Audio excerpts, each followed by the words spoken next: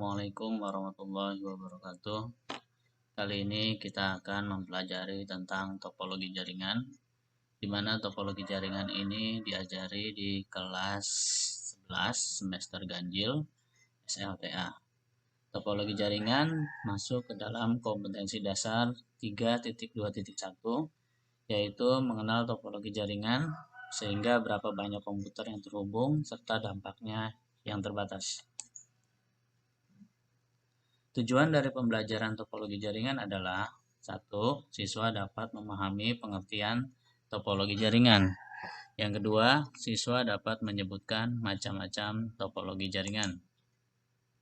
Sebagaimana kita ketahui bahwa perkembangan teknologi komputer saat ini begitu cepat, baik perangkat keras, hardware, maupun perangkat lunak atau software.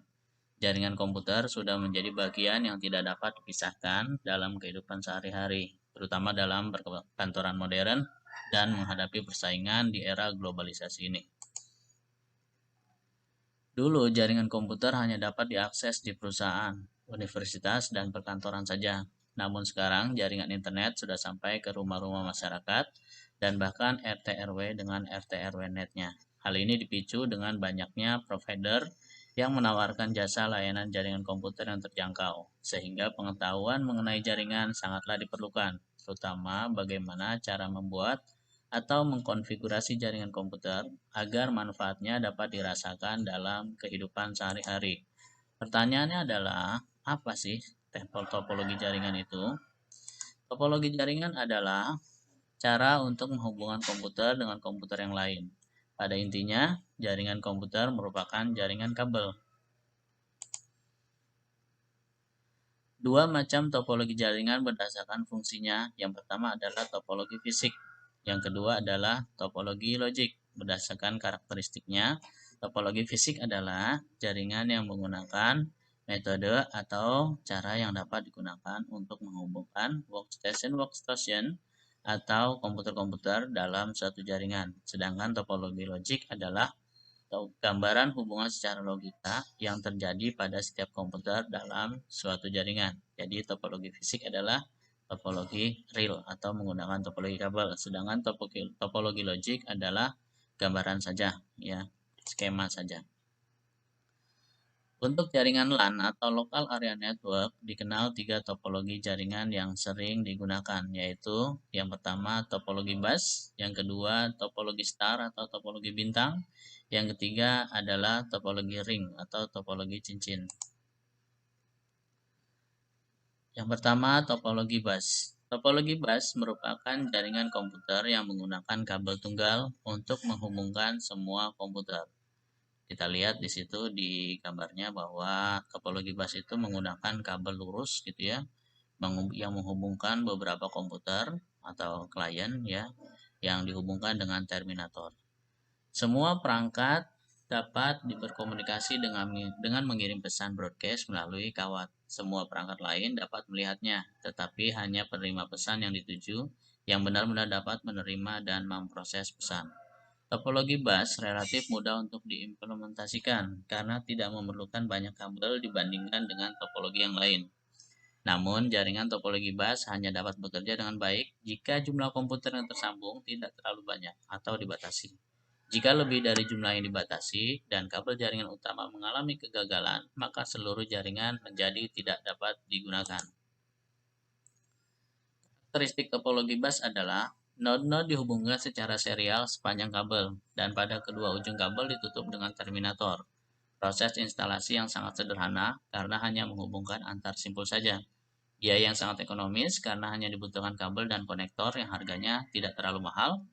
Jika salah satu node rusak, maka seluruh jaringan dapat mengalami gangguan, dan seluruh node tidak bisa berkomunikasi dalam jaringan tersebut. Hanya membutuhkan T-konektor pada setiap Ethernet card. Nah, seperti ini. Ya, jadi menggunakan konektor T. Paket-paket data saling bersimpangan pada suatu kabel, sehingga node yang dihubungkan semakin banyak, maka kinerja jaringan akan semakin turun karena sering terjadi tabrakan atau collision. Kelebihan dari topologi bus adalah yang pertama dapat diorganisir sebagai jaringan peer-to-peer. Peer-to-peer itu jaringan dari komputer ke komputer atau client server. Ya, klien adalah komputer pengguna, sedangkan server adalah komputer yang menyediakan data. Yang kedua, jumlah node tidak dibatasi. Tidak seperti hub yang dibatasi oleh jumlah dari port, misalnya 8 port untuk 8 node. Nah, port di hub itu ada yang 8, ada yang 16, ada yang 24, ada yang 36, ya ada yang 48.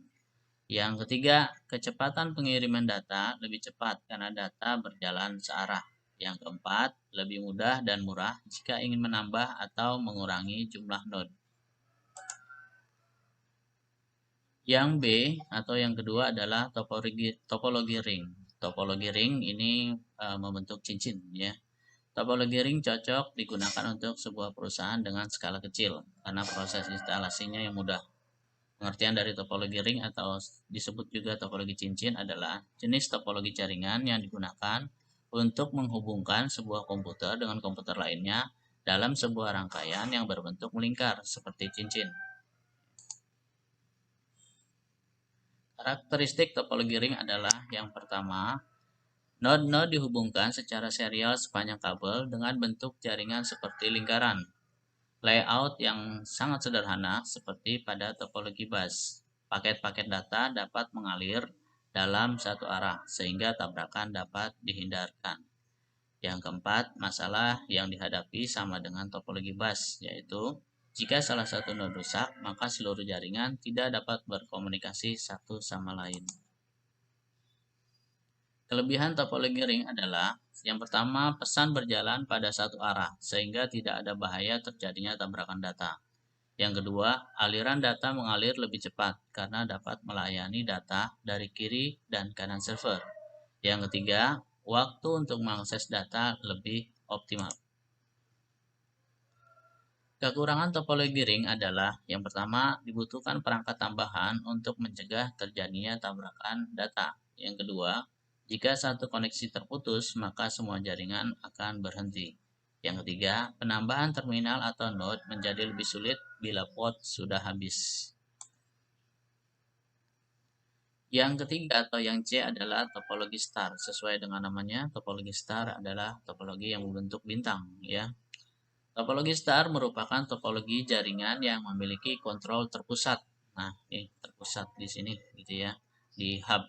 Simpul pusat disebut dengan stasiun primer atau komputer server dan yang lainnya dinamakan stasiun sekunder atau komputer klien. Jadi hub ini dihubungkan ke komputer server gitu ya, komputer server dan ke komputer-komputer klien. Jadi terpusatnya itu adalah ke server dan melalui hub. Karakteristik dari topologi star adalah setiap node berkomunikasi langsung dengan konsentrator atau hub. Yang kedua, jika setiap paket data yang akan dihubungkan ke semua node sangat banyak, maka kinerja jaringan semakin menurun. Yang ketiga, sangat mudah untuk dikembangkan karena setiap node hanya terhubung langsung ke konsentrator atau ke hub.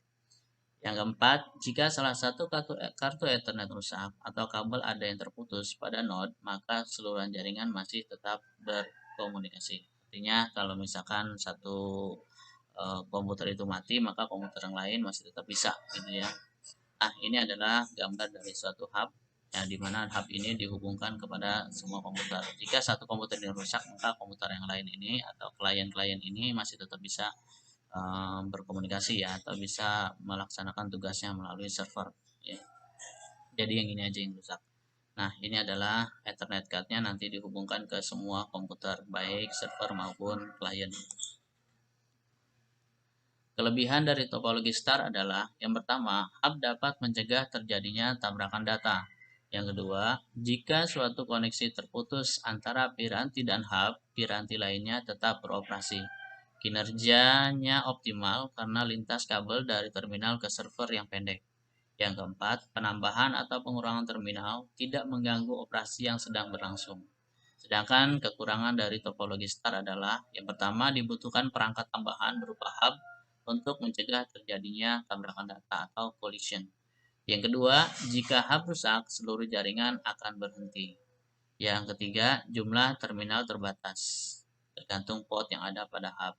Yang keempat, lalu lintas data yang padat dapat menyebabkan jaringan bekerja lebih lambat. Demikianlah materi topologi jaringan pada kali ini. Semoga bermanfaat. Tetap semangat, tetap belajar. Jangan lupa like dan subscribe-nya. Terima kasih banyak. Assalamualaikum warahmatullahi wabarakatuh.